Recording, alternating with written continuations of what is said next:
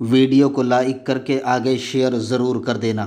ہر انسان کی تمنا ہوتی ہے، ہر انسان کی خواہش ہوتی ہے کہ جب وہ اپنی زندگی کا کوئی ساتھی تلاش کرے، یعنی شوہر بننے والا اپنی بیوی تلاش کرے اور بیوی اپنے شوہر کا انتخاب کرے، بحیثیت شوہر کسی مرد کا انتخاب کرے، تو انداز اور طریقہ کار کیا ہونا چاہیے؟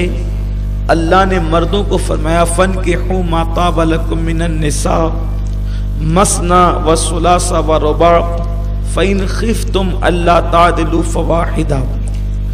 اس پوری آیت پر گفتگو تو نہیں ہوگی۔ اللہ فرماتا ہے ان عورتوں سے نکاح کرو جو تمہیں پسند آئیں، جو تمہارے دل کو بھائے، ان عورتوں سے نکاح کرو۔ یہ بہت خاص چیز ہے۔ ہر انسان یہ چاہتا ہے کہ میرے دل کو بھائے وہی میری شریک حیات ہو، اور ہر عورت کی بھی تمنا یہ ہوتی ہے کہ جو میرے دل کو بھائے وہی میری زندگی کا ساتھی ہو۔ لیکن قرآن نے تو اتنا کہا کہ جو تمہیں پسند آئے، جو تمہارے دل کو بھائے، تم ان سے نکاح کرو۔ لیکن اب ہم نے اپنی پسند اتنی اونچی کر لی ہے کہ پہلی بات تو جلدی سے ہمیں کوئی بھاتا ہی نہیں ہے، اور اسی طرح کم و بیش یہی حال خواتین کا بھی ہے۔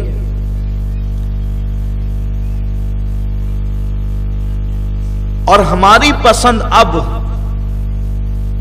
پختہ عقل والے انسان کی بجائے، ہوشیار اور عقل مند انسان کی بجائے، ہماری پسند اب بچوں جیسی ہو گئی ہے۔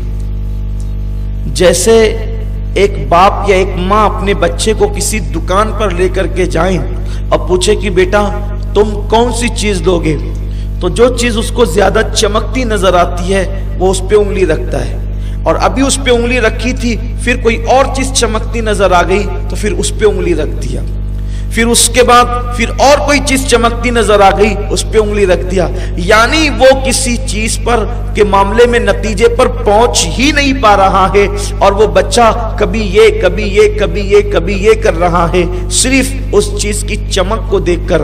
لیکن وہ اس چیز کی چمک کو دیکھنے کے بعد اس نتیجے پر یا اس کی گہرائی میں وہ نہیں پہنچ پا رہا ہے۔ خواتین جو بچیاں ہیں، جو ابھی شادی شدہ نہیں ہے وہ بھی، اور جو نوجوان ابھی شادی شدہ نہیں ہے ان سے بھی میری گزارش ہے وہ میری بات بہت توجہ کے ساتھ سنیں۔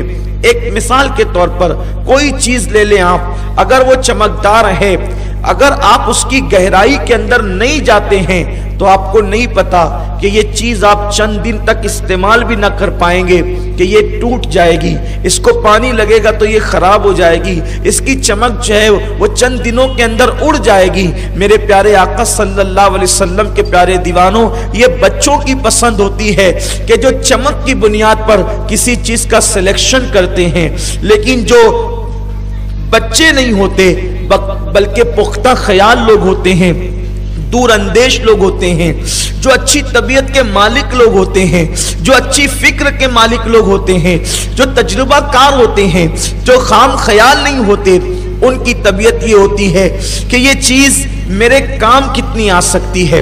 وہ چیز کی چمک کو نہیں دیکھتے بلکہ وہ یہ دیکھتے ہیں کہ یہ چیز میرے کام کتنی آ سکتی ہے۔ مثال کے طور پہ اگر میں چپل خرید رہا ہوں تو وہ چپل کی چمک کو نہیں دیکھتے بلکہ چپل کے ٹکاؤ پن کو دیکھتے ہیں۔ اسی طرح اگر وہ کپڑا خریدتے ہیں تو کپڑے کی ٹکلی اور زرق برق کو نہیں دیکھتے بلکہ وہ کپڑے کے ٹکاؤ پن کو دیکھتے ہیں۔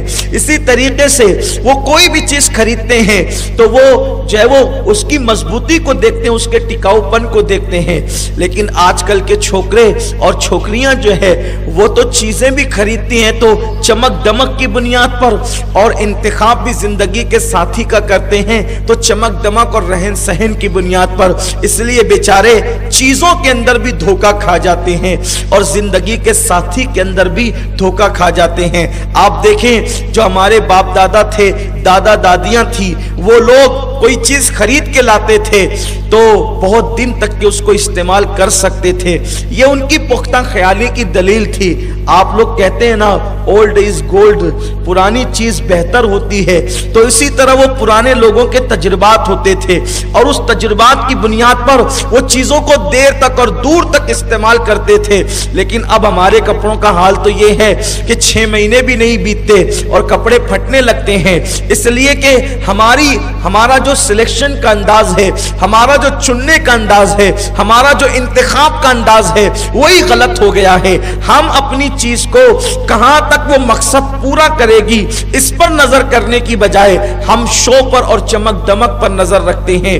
ویڈیو اگر اچھا لگا ہو تو لائک کر کے آگے شیئر ضرور کر دینا.